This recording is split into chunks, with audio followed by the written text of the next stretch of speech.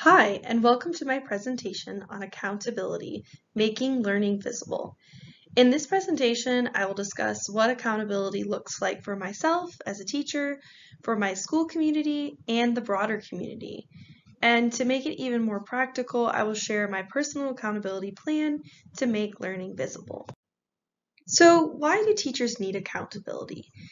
Well, accountability provides personal integrity and growth, ensuring that educators are effective and responsive to student needs, and continuously improving their practice to achieve the best educational outcomes for their students. This whole accountability in three realms is based on an article by Krzyzewski and colleagues called Accountability in Three Realms, and it discusses documentation as a helpful resource for supporting three types of accountability.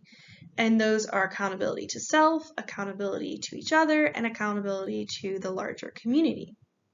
Krzyzewski and colleagues define documentation as the practice of observing, recording, interpreting, and sharing through a variety of media processes and products of learning in order to deepen learning. And so the pairing of documentation with accountability is really what teachers need to make sure that their learning goals are actually being met. So for my accountability plan, I chose my junior high strings class. They're 7th and 8th graders, and their curricular goal for the year is to develop technical proficiency, musicality, and ensemble skills to prepare them for advanced string performance and to foster a lifelong appreciation and involvement in music. And so in this presentation, I will show how those three areas of accountability paired with documentation will help me to achieve that curricular goal with my students. So the first category is accountability to self. And it's super important to hold ourselves accountable because we want to make sure that our learning goals are actually being met, that we're not just kind of having these abstract goals in the lesson plan, and then when it comes down to practical learning, that nothing's really happening. And so we want to be have integrity in our teaching, and that's going to push us toward improvement and ultimately towards our students having the best experience that they can have. So the first way that I'm going to hold myself accountable is from peer feedback.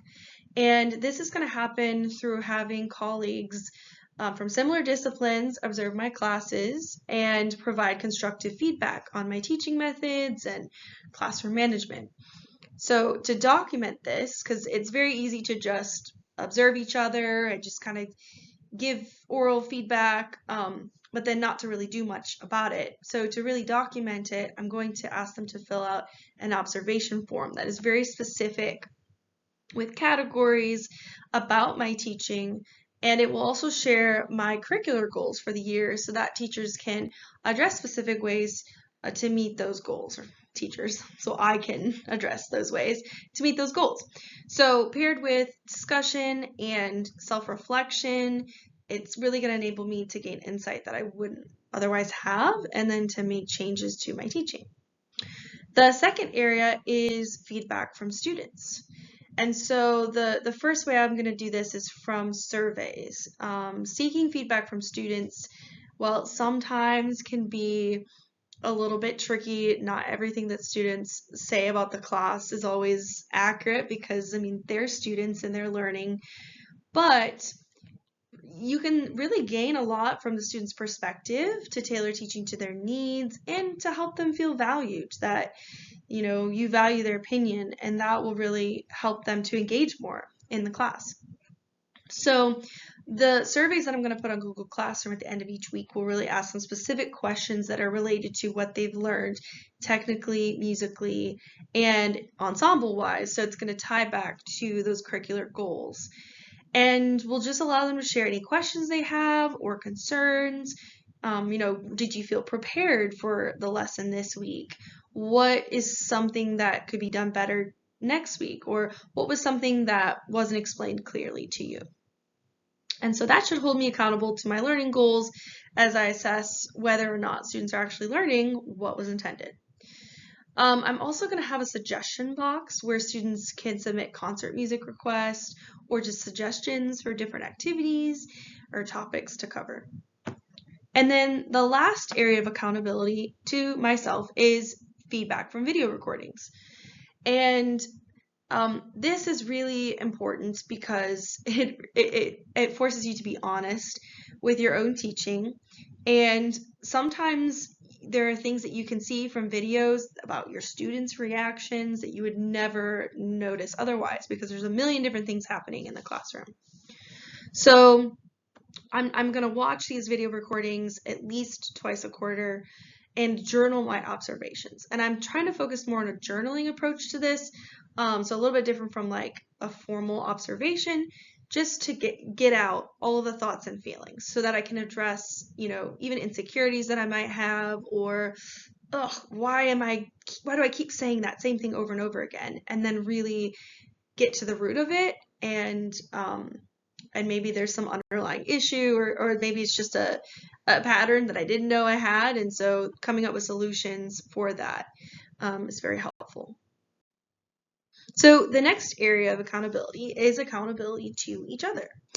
And this is so important because if education is to be effective, you cannot put all the responsibility on the teacher's shoulders. Everyone in the school, the administrators, the parents, the students, teachers, they all play a role in each other's education and development. And so we need to have both individual learning, but also group learning. And viewing documentation as kind of a group, like more public kind of thing, will kind of shift everyone's attitude to being kind of inward focused, to recognizing that actually your own learning can contribute to everyone else's learning. So I'm going to first begin with teacher collaboration.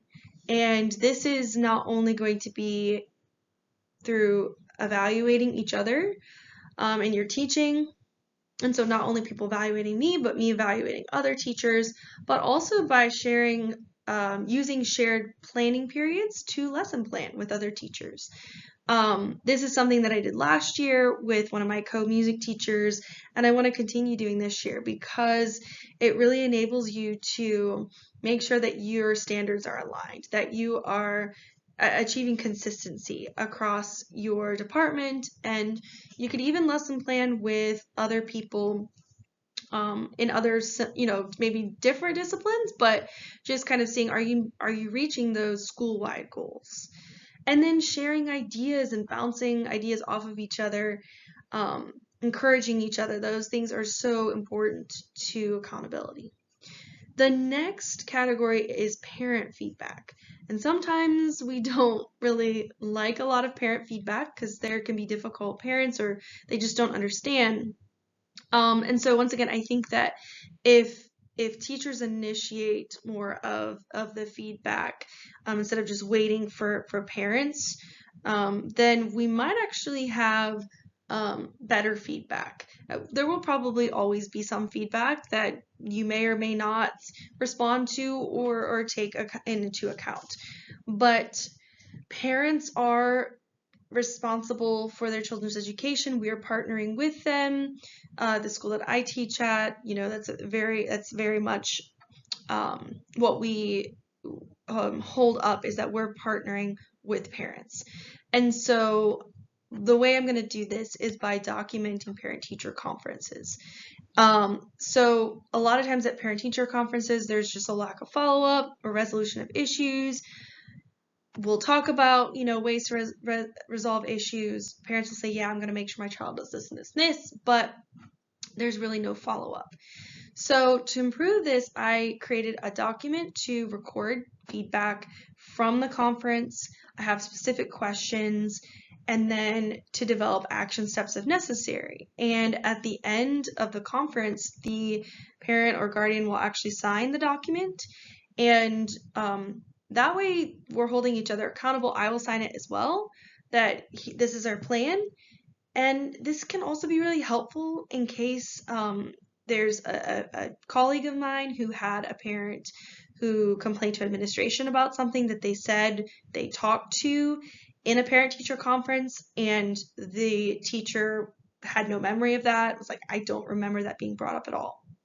So if you have documentation, it can really help even in instances like that where you can go back to it and say, here's actually what we talked about and we signed to, and this is what actually happened. And then lastly, to foster communication with students, we're going to have students assess themselves. And this is very important because we assess students all the time, but they need to develop kind of self-reflection and being able to accurately do that. And so I'm going to give them a checklist that will be used for students' playing tests, but that they can kind of assess themselves first in preparation for the playing test. And it will be specific things like, are you playing with proper posture? Did you, play with correct bowings?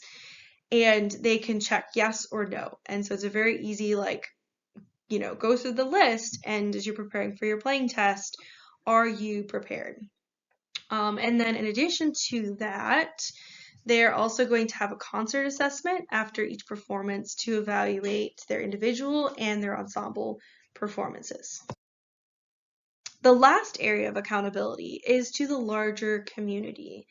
And this is defined in the article as kind of not limiting your learning and what's happening in your school to just your school, right? But actually getting it out there and not just letting it be news articles about standardized test scores or about the failings of your particular school, but actually trying to, focus on what's good that's happening at our school and how do we get that out there. So as a music teacher, sometimes I can fall into the trap of limiting performances to school concerts. There's a lot of planning that goes involved into those, but it is really important to get our students out into the community and to show others what they're learning, not just the school community. So my goal is to have classes perform at a local nursing home called Legacy Village. The village has already reached out to us about this, and so I want to have just one little trip per quarter where they go and they play for the residents. And the way I want to document this is actually by gaining permission from the village to take photographs and videos of the experience, and then interview the residents and staff to collect feedback about the experience, and then have the students create a video presentation that talks about what they did and how that improved the mental health of the residents. And then the plan would be to share this with the school stakeholders, so the administration, the parents, teachers, and then the nursing home staff. Showcase it on the school's social media page, and if allowed, the nursing home's social media page. And so just to promote what we're doing in the larger community. So just to conclude here, I will hold myself, my school community, and the larger community accountable by seeking feedback from all stakeholders, facilitating self-assessment of myself and my students, collaborating with fellow teachers and parents, and holding these community outreach concerts. And I'm going to document that by seeking feedback, reflection, and assessment, by sending out class newsletters, by having video presentations. And the goal is really to, as the article is titled, to make learning visible. This concludes my presentation. I hope that you enjoyed, and thank you very much.